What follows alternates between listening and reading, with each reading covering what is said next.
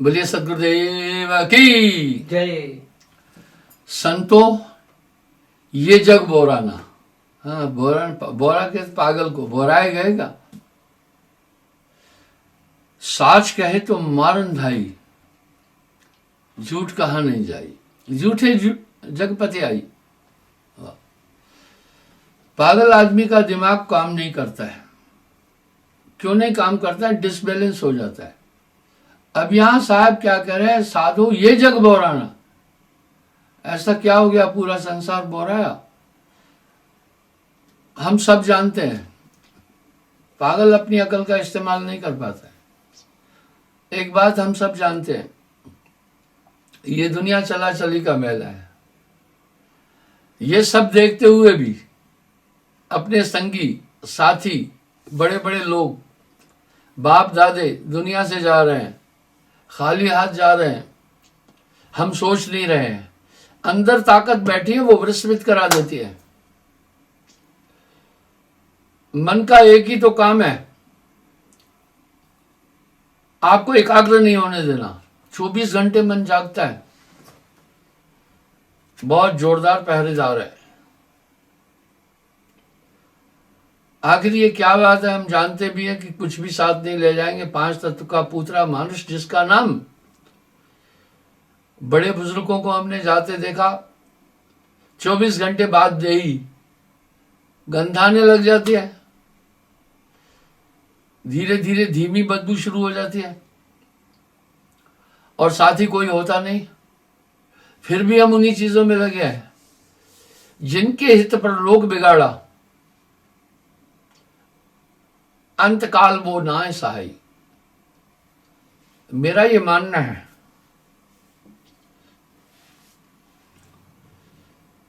इंसान पूरे जीवन का दुरुपयोग करता है, कभी भी इसका सदुपयोग नहीं कर रहा है। हम सभी अवस्थाओं को देखते हैं। बचपन में बच्चे उलझुलूल खेल खेलते रहते, चिल्लाते रहते। पागलपंती नहीं है क्या? मस्तिष्क विकसित नहीं हुआ है।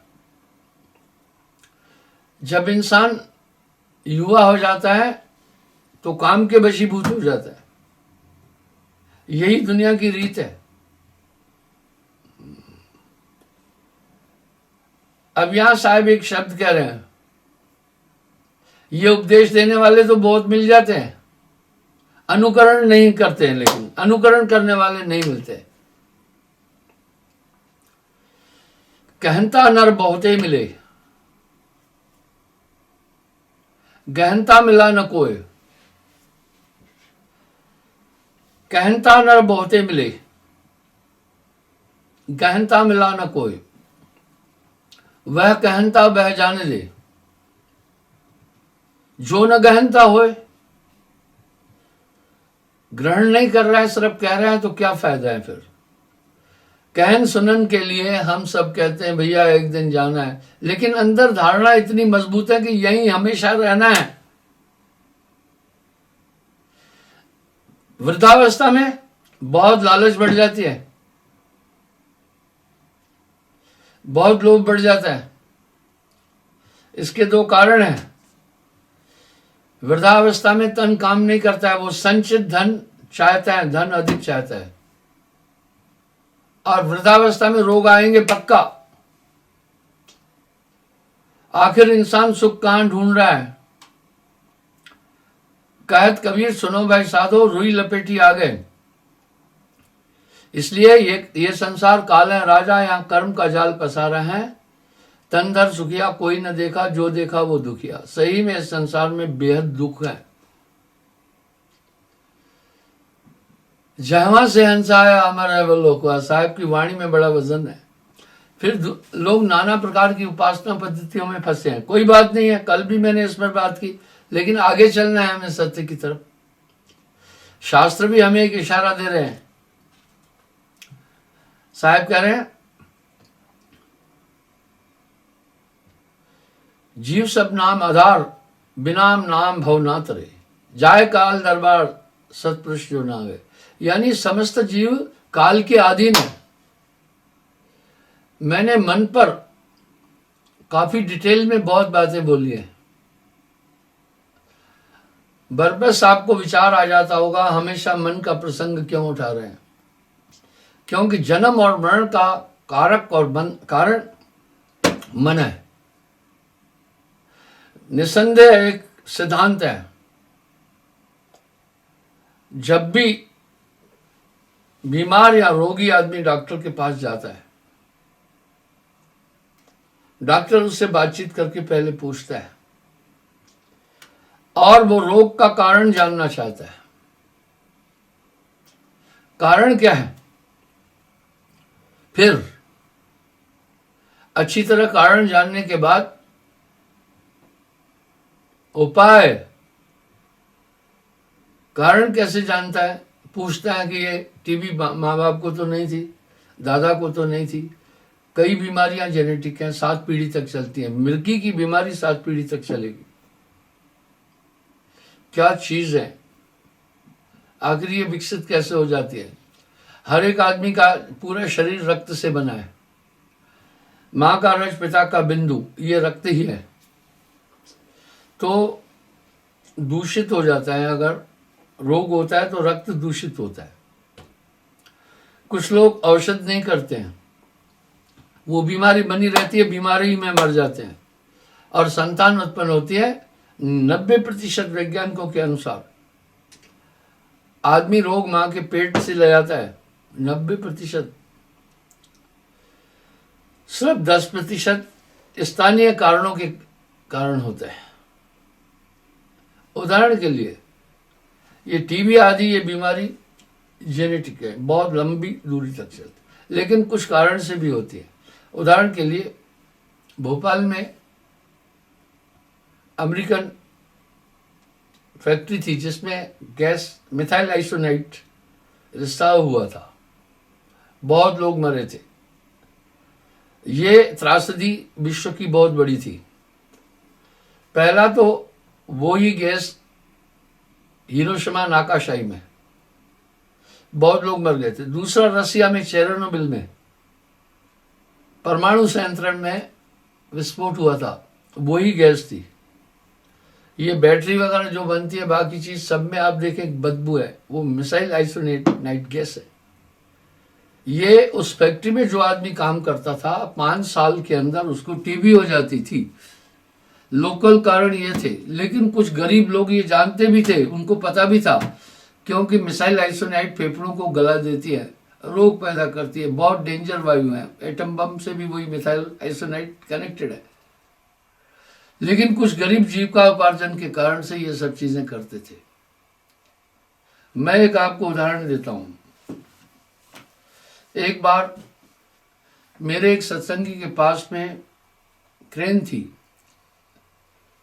जो 200 टन भार लेकर 150 मीटर तक ऊपर जाती थी। ठीक है, वो क्या करती थी, बड़ी बड़ी ऐसी फैक्ट्रियां थी, उनकी चिमनियां सेट करना। तो वो बड़ी बड़ी फैक्ट्रियों में जब कंटिन्यू धुआं निकलता है, थोड़ा ऊपर की तरफ भेजते हैं, तो इसके लिए फिर जो पाइपें होती हैं जो लगाई है धुआं निकलने के लिए, 150 मीटर तक ऊपर, बहुत ताकतवर होती है, उनको ऊपर चढ़ाती है वो क्रेन।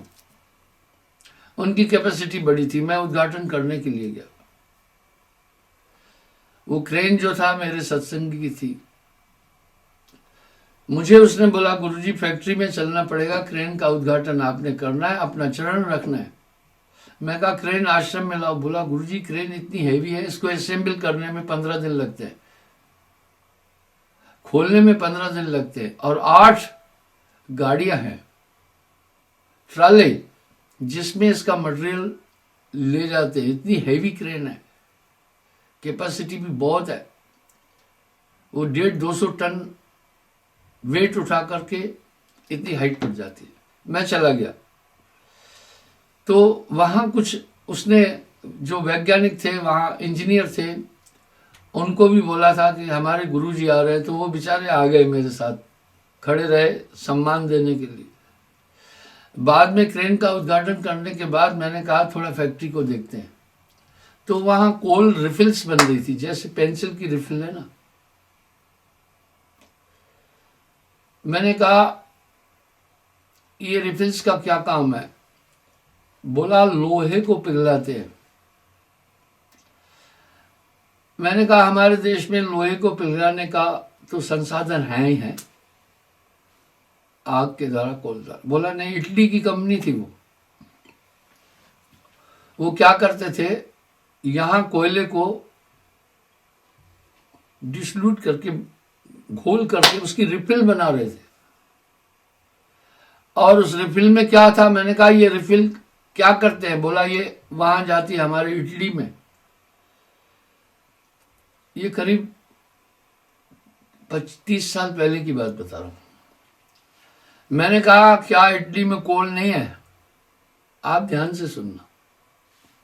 उसने कहा इटली में कोल है, लेकिन क्या है, वहां परमिशन नहीं है। कोयले के माध्यम से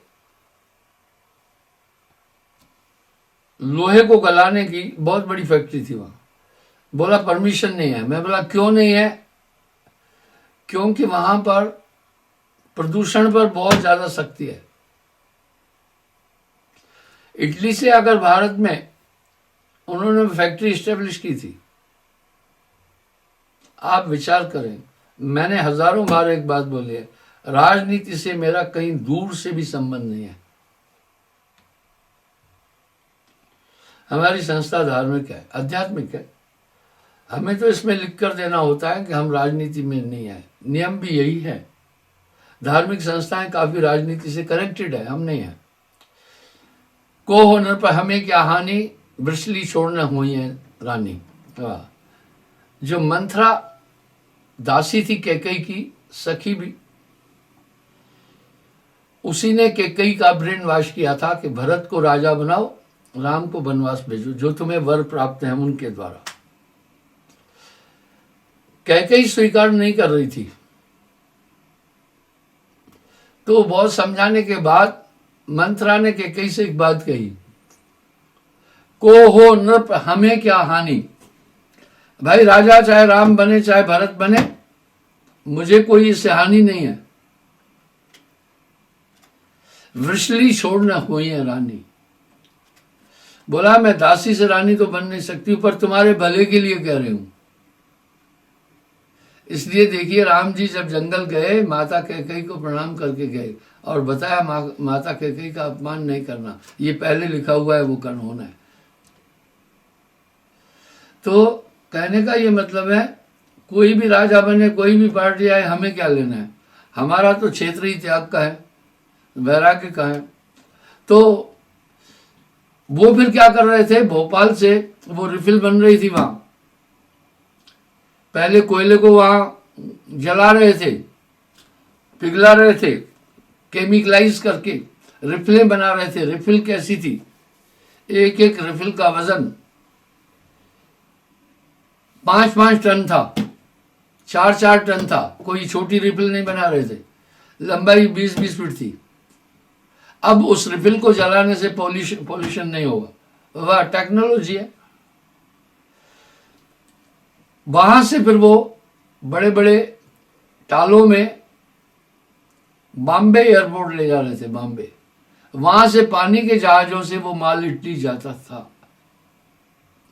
मुझे जानकारी नहीं है, मैं आपको कल ये जानकारी दूंगा कि वो अभी फैक्ट्री है या नहीं है, क्योंकि मैं कच्ची बात नहीं बोलता हूं, आज ही बता देता हूं। तो आजकल कम्युनिकेशन के संसाधन बहुत टॉप है। आपको जो कुछ देखना है, जो कुछ जानना है, 2 मिनट में सब काम हो जाता है। अब वो यहां से भोपाल से पहले बड़े टाले ले जाकर विशाखापट्टनम या बंबई जाते थे। वहां से फिर शिप में, पानी के जहाजों की कैपेसिटी 20-20 लाख टन है। एक मेरा सत्संगी शिप में ऑफिसर था, इंजीनियर था, वो इलेक्ट्रॉनिक से।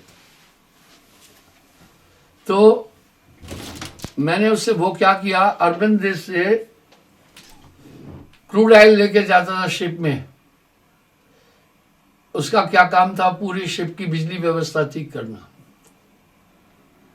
जबकि अमेरिका के पास में काफी आयल है। मैं जनरल नॉलेज की बात नहीं कर रहा हूं, जहां प्रसंग आया वो है। जनरल नॉलेज का आजकल महत्व नहीं है, सब चीजें तो गूगल ने नेट में डाली हुई है। मैंने कहा भाई, बोला बहुत शिप चलते हैं अर्बन कंट्री से, वो क्रूड ऑयल लेकर अमेरिका ले जाते हैं।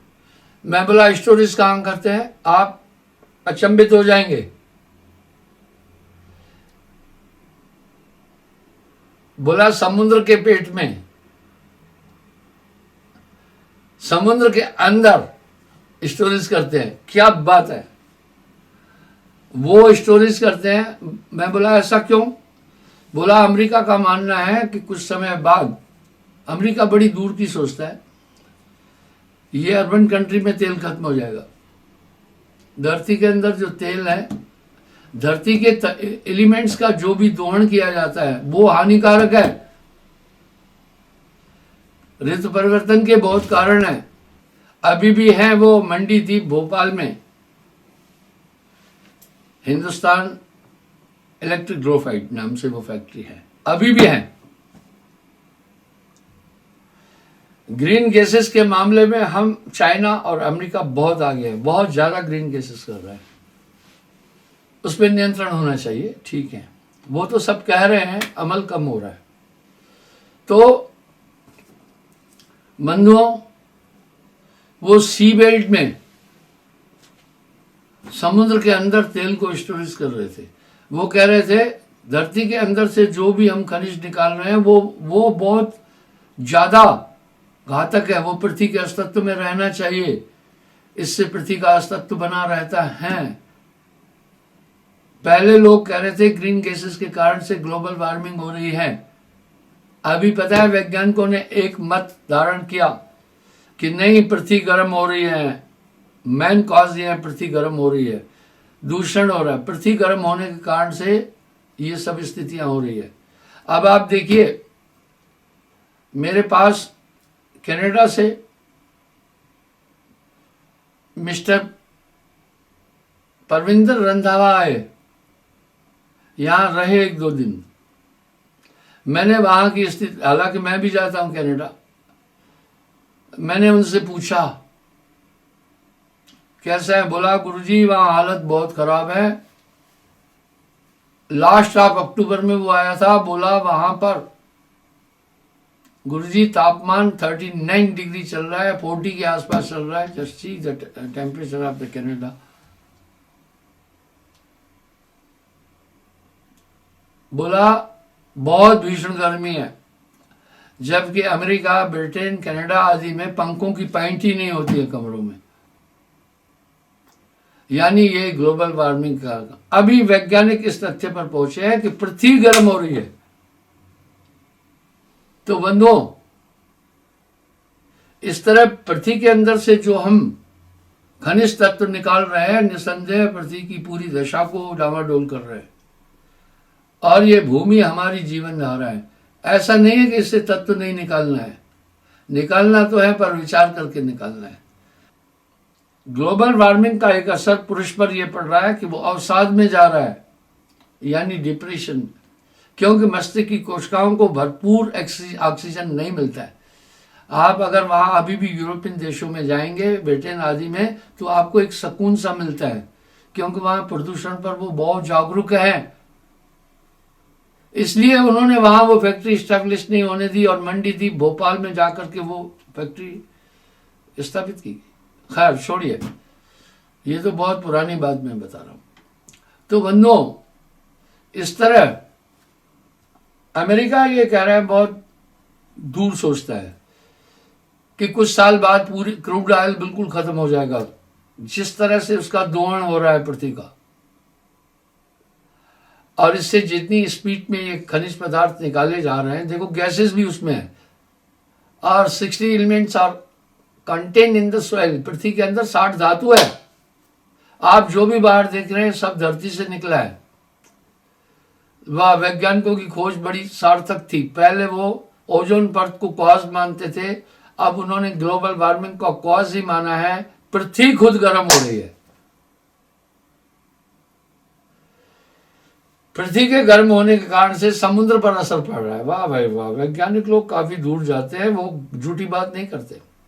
आइए, मैं क्या कहना चाह रहा हूँ यहाँ, मेरा अभिप्राय क्या है। ये संसार दुखों का विशाल घर है। तो यहाँ अवसाद होगा बोल रहे हैं। ग्लोबल वार्मिंग का असर पुरुष पर यह पड़ेगा कि डिप्रेशन बढ़ेगा। आप देखो, आदमी चिड़चिड़ा हो रहा है, और माताएं बहनें मिसकैरेज होगा। इतने केसेस मिसकैरेज के हो रहे हैं, पहले नहीं होते थे। तो बंधुओं, ये संसार दुखों का घर है। यह संसार फूल सेमर का चोंच लगे पछताना है। साहब इस संसार की असारता का भी की व्याख्या दे रहे हैं, पर वहां ऐसा नहीं है। क्या अपने शब्दों में साहब ने कितने सहज भाव से वहां की व्याख्या की है। जहां से हंसा आया, अमर है वो लोकवा। पानी नहीं, पवना नहीं, धरती और अकशवा, शेख नहीं, सैयद नहीं, मुगल और पठनवा। मैंने उस दिन एक बात और बोली थी। इस देश को जितना छुआछूत से नुकसान हुआ, इतना नुकसान फिरंगी भी नहीं कर पाए, पुर्तगाली नहीं कर पाए, मुगल नहीं कर पाए, बाकी इतना नुकसान नहीं कर पाए जितना छुआछूत के कारण इस देश का नुकसान हुआ। तो बंधुओं, शेख नहीं, सैयद नहीं, मुगल और पठनवा। वहां रैन दिवस नहीं होती है, रात दिन नहीं है, तू मैं नहीं है। क्या कह रहे हैं साहब आगे, आदि ने अंत, उत्पत्ति प्रलय हति न काया, सोहम ब्रह्म नहीं ओंकारा, काल निरंजन नहीं अवतारा। यहां वहां सब कुछ नहीं है, पांच तत्व नहीं है। इन सब की उत्पत्ति कहां से हुई? शून्य से। शून्य में ताकत कहां से आई?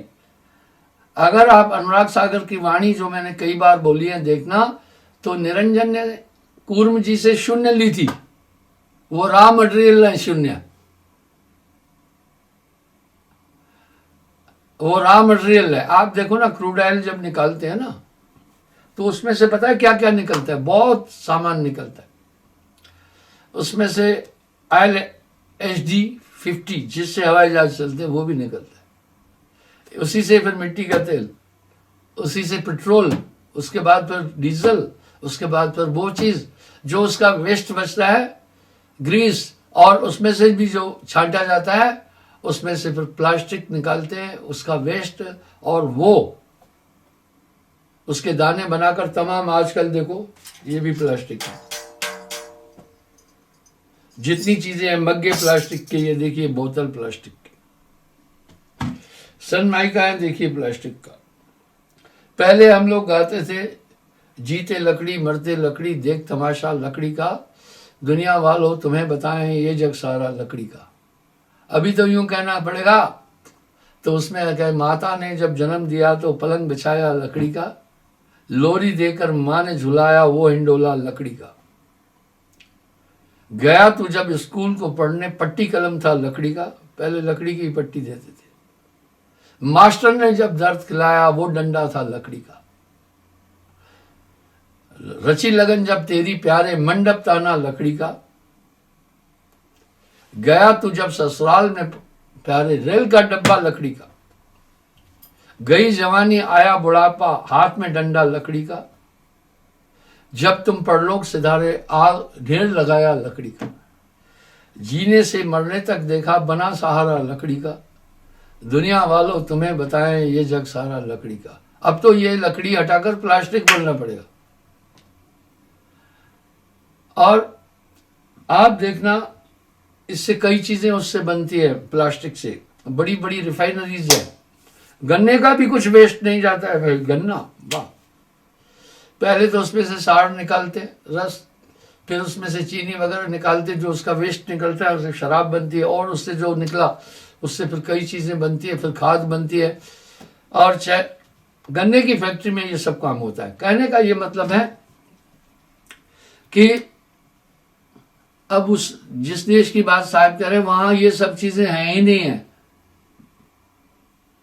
वहां तो ये सब किससे, रॉ मटेरियल कहां से लाया निरंजन? कूर्म जी से। शून्य में, शून्य में रचो संसारा, वाह। शून्य का है खेल सारा।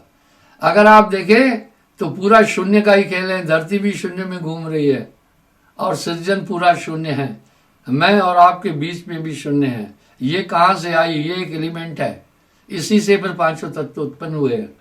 ऐसी व्याख्या है इसको वेदों ने कहा। निराकार ने सृष्टि की, उस शून्य को कहीं निराकार रूप में निरंजन समाया, निराकार भी कह रहे हैं।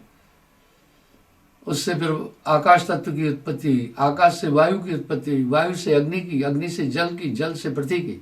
और जब ग्रेट डिस्ट्रीब्यूशन महाप्रलय आती है तो यही धरती को जल ही अपने में समाविष्ट करता है, जल को अग्नि शोषित कर लेती है अपने रूप में, और अग्नि को वायु शांत करके वायु रूप में बदल देती है, और वायु को आकाश विलोम कर देता है, और आकाश जा करके समा जाता है शून्य में। शून्य में रचो संसारा। वाह, कुछ भी नहीं, ये बाजीगर का खेल है। तभी तो कह रहे हैं ना, ये संसार जगत है रैन का सपना, ये एक रैन का सपना है, इसमें कुछ भी नित्य नहीं है। अब वहां साहब ये कह रहे हैं हर एक आदमी पर है, सब पे लगा मौत मलिक मोह का छापा। देह धरे जो भी आया, आए हैं सो जाएंगे। राजा रंग फकीर जिनके हिंकारने से पृथ्वी कांपती थी, जो समुद्र को पूरा अगस्त मुनि जी की तरह पूरा निगल लेते थे, जो पर्वतों को हाथों पे उठा लेते थे, जो इतने शक्तिशाली थे, जिनके हिंकारने से धरती कांपती थी, सब इस धरा में समा गए। जासे उत्पत्त नान का लीनता में मान। भाव ये है यहाँ पर कि हम देख भी रहे हैं ये जगत सब स्वप्न है, उसके बाद हम नित्य नित्य क्यों मान रहे हैं? जो भी चीज खरीदना है नित्य है, क्योंकि ब्रेन पर एक असर है उस निरंजन का। वाह साहब, यही कह रहे हैं, मन स्वरूप ही देव निरंजन तो है राख भरमाई। हे मनुष्य, तू अपने उपक्रम से, अपनी ताकत से, अपने प्रयास से, अपने यत्न से कभी भी इसको काबू नहीं कर सकेगा। ये बहुत प्रबल है और इसने फिर बहुत जबरदस्ती से बनाई हुई है। एक कैदी को जब जेल में रखे तो उसके निकलने की गुंजाइश नहीं रखते वो लोग। इस तरह इस पिंजरे में आत्मा कैद है, इसमें दुख ही दुख है। देह धरे का दंड है, भुगतत है सबको है, ज्ञानी भुगतत ज्ञान से, मूर्ख भुगतत रोए। विडंबना ये क्या है साहब, मैंने पहला शब्द इसी से शुरू किया, संतो ये जग बो रहा है। ये पूरी दुनिया इसको समझ ही नहीं पा रही है, मन समझने नहीं दे रहा है और घुमा घुमा कर अन्य अन्य कल्पनाओं में ले जाता है। एक आदमी कहा, गुरुजी मैं हार गया हूं, मुझसे भक्ति नहीं हो सकती है। मैंने कहा धीरे धीरे, बोला नहीं 5-6 साल हो गए मुझसे भक्ति नहीं हो पा रही है। मैं कहा कॉलेज में एडमिशन लेने के बाद अगर विद्यार्थी कहे कि मुझसे पढ़ा नहीं जा रहा है, न्याय उचित नहीं है, बनत बनत बन जाई, तुम्हारे अंदर बदलाव, वो नाम ताकत भी दे रहा है, तुम थोड़ी सुर्ती करते रहना। आइए हम आगे चलते हैं। आखिर ये नशा है दिमाग पर, इसके कारण से सब सच लग रहा है। ठीक वैसा ही स्वप्न को देखने वाला जब तक स्वप्नावस्था में है सभी पदार्थों को सत्य मान रहा है, इसलिए ये नशा है एक निरंजन का। मस्तिष्क उसके अधीन है, पूरी बॉडी उसके अधीन है। आप क्या कह रहे हैं कि मैं कर रहा हूं, आप नहीं कर रहे हैं, ये मैं तो मन है। साहिब के शब्द कितने सार्थक हैं, सन तो तन खोजे मन पाया, तन ही मन है, इंद्री मन है। मैं आपको एक और चीज बताता हूं। मैं 2018 में यूरो ट्रेन से लंदन से फ्रांस गया। तो जब वहां फ्रांस गए तो मेरे कुछ लोगों ने कहा एफिल टावर देखना है। मैंने कहा नहीं, मुझे वहां से जाना था ऑस्ट्रिया। मैंने कहा भाई पहले फ्रैंकफर्ट जाना था, वहां से फ्लाइट लेकर फिर ऑस्ट्रिया जाना था, वहां प्रोग्राम था। मैंने कहा नहीं वहां नहीं चलते हैं। बोला गुरुजी ये आए, ये 7 वंडर ऑफ द वर्ल्ड में से एक है। मैंने कहा नहीं, खैर वो मुझे ज्यों के त्यों जबरदस्ती वहां ले जाने की कोशिश किया। तो टैक्सी के लिए जब कहा 5 मिनट सिर्फ हम वेट बाहर खड़ा होकर करना पड़ा। आपको सत्य बता रहा हूं, पता है मुझे इतनी गर्मी भारत में कभी नहीं लगी जितना मुझे पेरिस में लगी। फ्रांस में इतनी गर्मी लगी, तिल मिला उठे हम सब। लोग हाहाकार मचा रहे हैं, प्रकृति अपना नेचर, अपना रुख बदल रही है। खैर, तो साहब कह रहे ये जगत का सपना है, लेकिन क्या करें, एक न भूला दो न भूले, उसमें सभी जुड़ रहे हैं। ठीक वैसा ही स्वप्न देखने वाला समस्त वस्तुओं को नित्य मानता है, आंख खुलने के बाद उनका अस्तित्व नहीं है। इसी तरह ये जगत तो सिर्फ एक स्वप्न है, शून्य में रचो संसारा, शून्य इसको फिर निकल जाती है और कुछ भी नहीं रहता है। हाथ झाड़ी और चले जुआड़ी। लेकिन ये कहा भी गया वाणियों में, आदमी अमल क्यों नहीं कर रहा है? वो मन मस्तिष्क जो बैठा है अंदर अमल करने के लिए बाध्य न करो, आपको विवश कर रहा है। तभी तो मन स्वरूपी देव निरंजन तोय राग भरमाई, हे हंसा तू अमर लोक का बड़ा काल बसाई। आखिर एक ही उपाय से ही मनुष्य बच सकता है, जहां नाम तय काम नहीं। नाम की ताकत जब आ जाएगी, ये धीरे धीरे संसार के पदार्थों के प्रति आसक्ति खत्म होती जाएगी। अगर तुम अपना प्रयास करोगे कभी भी नहीं हो पाएगा। अरे भाई श्रृंग ऋषि, क्योंकि इंसान के अंदर काम क्रोध लोभ मोह अहंकार बैठे, जागत सोवत धर धर मारे। श्रृंग ऋषि ने तो काम को खत्म करने के लिए कितना बड़ा प्रयत्न किया था। कंदराओं में जाकर रहता था, अन्न नहीं खाता था, कुछ नहीं खाता था। कहा अन्न खाने से रक्त बनेगा, रक्त से मांस, मंजा, अस्थियां और बीज बनेगा, तो सेक्स की भावना आएगी। इतना कठिन तप करके श्रृंगी ऋषि ने शरीर को लक्कड़ बनाया। अंतोगत्वा श्रृंगी ऋषि एक वेश्या से ब्याह कर बैठा, 2 बच्चे हो गए।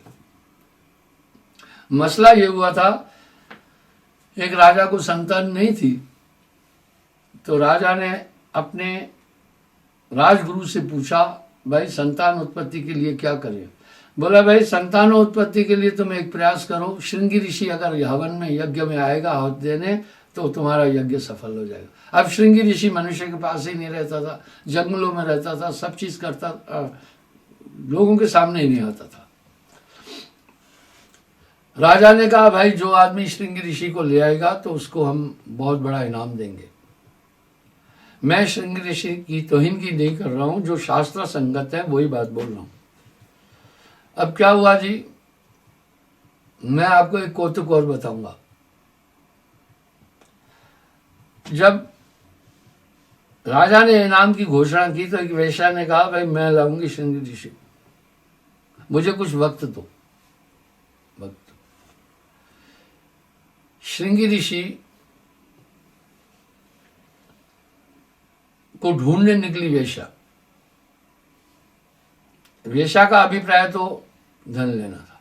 जंगल जंगल घूमती रही।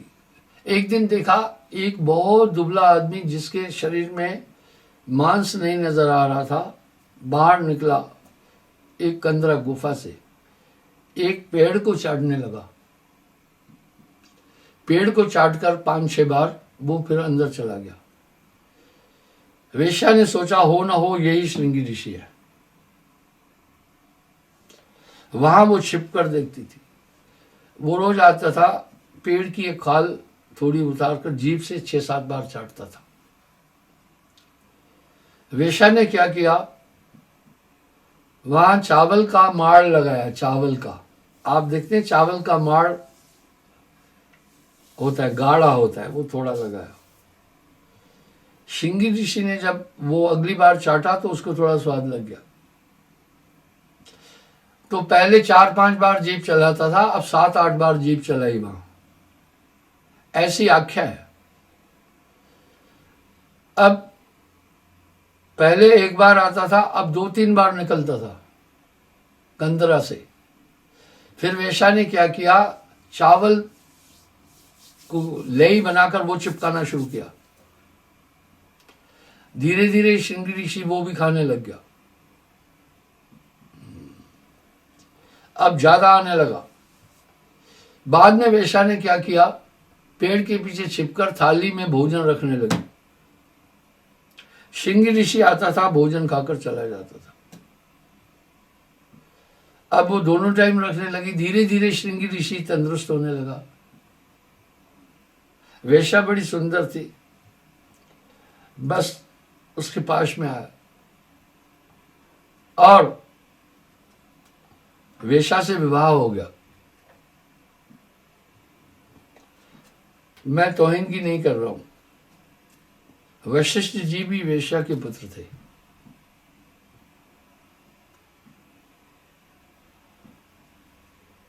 इस पर साहब ने एक भजन भी लिखा है।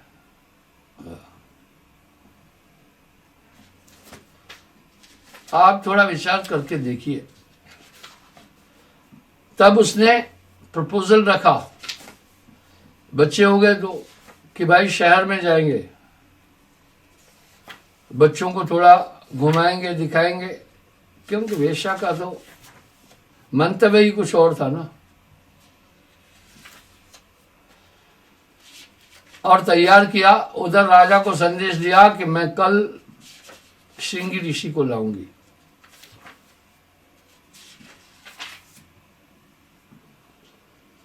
अब जब वहां ये घोषणा हुई, पूरा नगर, श्रृंगी ऋषि का दर्शन बड़ा दुर्लभ था।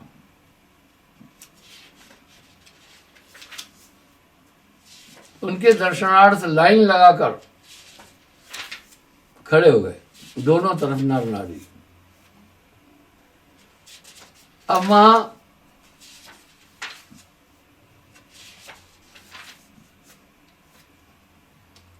श्रृंगी ऋषि एक बच्चे को गोद में उठाया हुआ, एक की उंगली पकड़े हुआ था। जब वहां वेश्या के साथ में वहां पहुंचे तो किसी ने भीड़ में से व्यंग किया, कहा अरे यही श्रृंगी ऋषि जिसके दर्शन के लिए हम नाम सुनते थे, ये तो एक वेश्या से ब्याह कर बैठा है, और देखो ये बच्चे लिए ग्रस्त से, इनसे तो हमारे घर परिवार के लोग ठीक है। बस सोना सज्जन साधु जन टूटे जुड़े 100 बार, दुर्जन कुंभ कुमार का एक ही धक दरार। श्रृंगी ऋषि को चेतना आ गई, वहीं से सब छोड़ के फिर वापस जंगल में चला गया। अब मैं आपको क्या बताना चाहता हूं वो आप ध्यान से सुनना। कैसे कैसे लोग दोहन करते हैं महापुरुषों की, और कथा कहानियां कैसे बनती है। मैं दरभंगा में गया, वहां मुझे अकबरपुर में, वहां मुझे श्रृंगी ऋषि का आश्रम बताया गया। यहाँ श्रृंगी ऋषि यहीं के थे। आप मानेंगे, मैं नासिक पुणे की तरफ गया, वहां भी बताया यहाँ श्रृंगी ऋषि का स्थान है। यानी लोग क्या करते हैं, कल भी मंदिर बनाया है तो उस पर लिखते हैं प्राचीन मंदिर ताकि लोग उस तरफ थोड़ा आकर्षित हो जाए। यहां मैं खंडन नहीं कर रहा हूं, निंदा निंदा सब कहे, निंदा न जाने कोई, जैसे को तैसा कहे वो भी निंदा ना हो। इस तरह से भैया जब इतने बड़े बड़े तपस्वी इस फेर में आए तो ये मनुष्य बपरा क्या करेगा।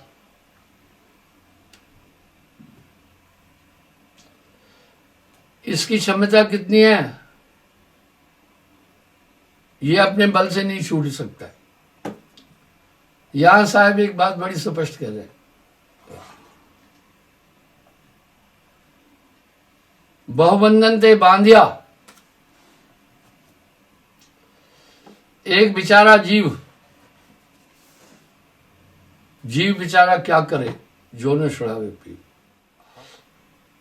अब साहब क्या कह रहे हैं, जात वर्ण सब मिथ्या हुई, ताको साध न माने कोई, विप्र शूद्र कर्म ते हुई, उत्तम मध्यम कर्म से जोई। कह रहे भाई विप्र और शूद्र ये कर्म के अनुसार होता है,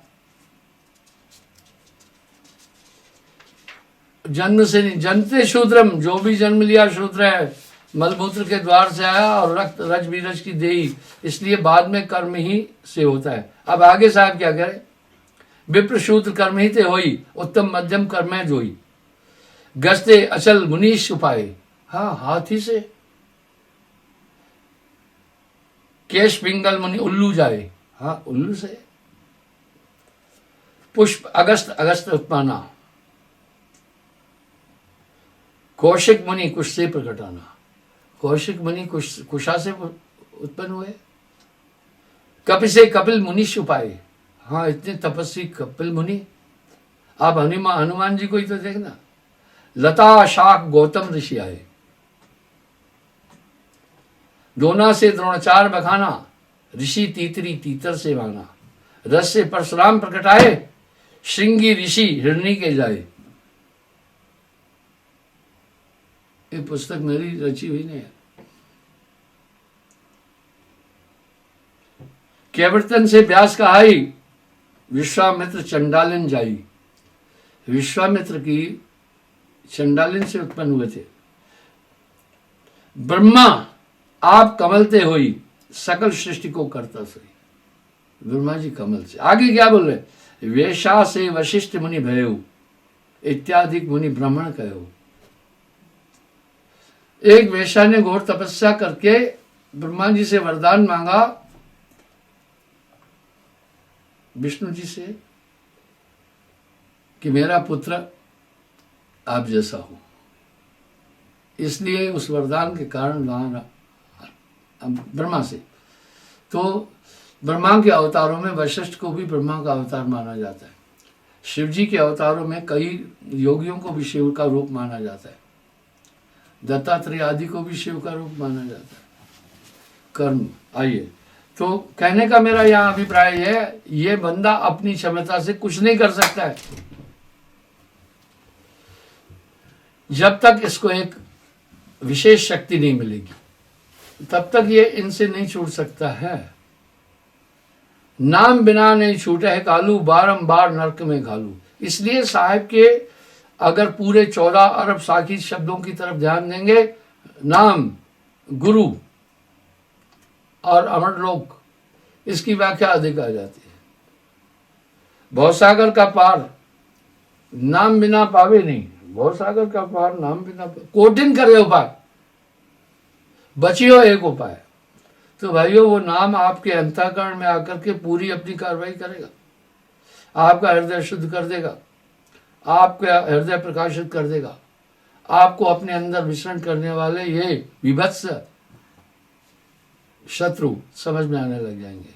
नाम बिना मूर्ख सो कहिए, नाम बिना पापी सो लहे, उस वही जो नाम है जाना, बिना नाम सब नीच बगाना।